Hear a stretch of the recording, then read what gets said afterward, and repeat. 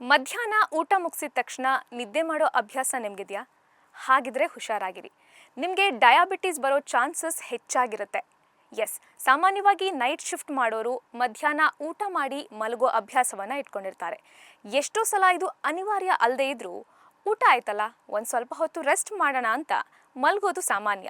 ಇದು ಸ್ವಲ್ಪ ಹೊತ್ತಿಗೆ ಅಂದರೆ ಓಕೆ, ಅಂದರೆ 15ರಿಂದ 20 ನಿಮಿಷ, ಅರ್ಧ ಗಂಟೆವರೆಗೂ ನೀವು ಮಧ್ಯಾಹ್ನ ನಿದ್ದೆಯನ್ನು ಮಾಡ್ಬೋದು. ಆದರೆ ಅದಕ್ಕಿಂತ ಹೆಚ್ಚಾದರೆ ಪ್ರತಿದಿನ ನೀವು 1 ಗಂಟೆ 2 ಗಂಟೆ ನಿದ್ದೆ ಮಾಡಿದ್ರೆ ನಿಮ್ಮಲ್ಲಿ ಟೈಪ್ 2 ಮಧುಮೇಹ ಡೆವಲಪ್ ಆಗುವ ಚಾನ್ಸಸ್ ಜಾಸ್ತಿ. ಇದನ್ನು ಜೆ ಕರ್ವ್ ಎಫೆಕ್ಟ್ ಅಂತಾರೆ. ಅಂದರೆ ಮಧ್ಯಾಹ್ನ ಕಡಿಮೆ ನಿದ್ದೆ ಮಾಡಿದಷ್ಟು ಡಯಾಬಿಟಿಸ್ ಬರೋ ಚಾನ್ಸಸ್ ಕೂಡ ಕಡಿಮೆ. ಜಾಸ್ತಿ ಹೊತ್ತು ಮಾಡಿದ್ರೆ ಮಧುಮೇಹ ಬರೋ ಸಾಧ್ಯತೆ ಜಾಸ್ತಿ.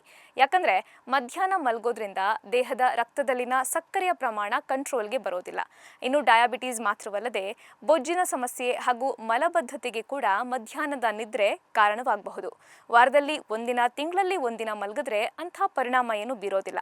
ಆದರೆ ಪ್ರತಿದಿನ ನೀವು ಮಧ್ಯಾಹ್ನ 1 ಗಂಟೆಗಿಂತ ಹೆಚ್ಚಿನ ಕಾಲ ನಿದ್ದೆ ಮಾಡ್ತೀರಾ ಅಂತಾದರೆ ಆ ಅಭ್ಯಾಸವನ್ನು ಆದಷ್ಟು ಬೇಗ ಬಿಟ್ಬಿಡೋದು ಉತ್ತಮ.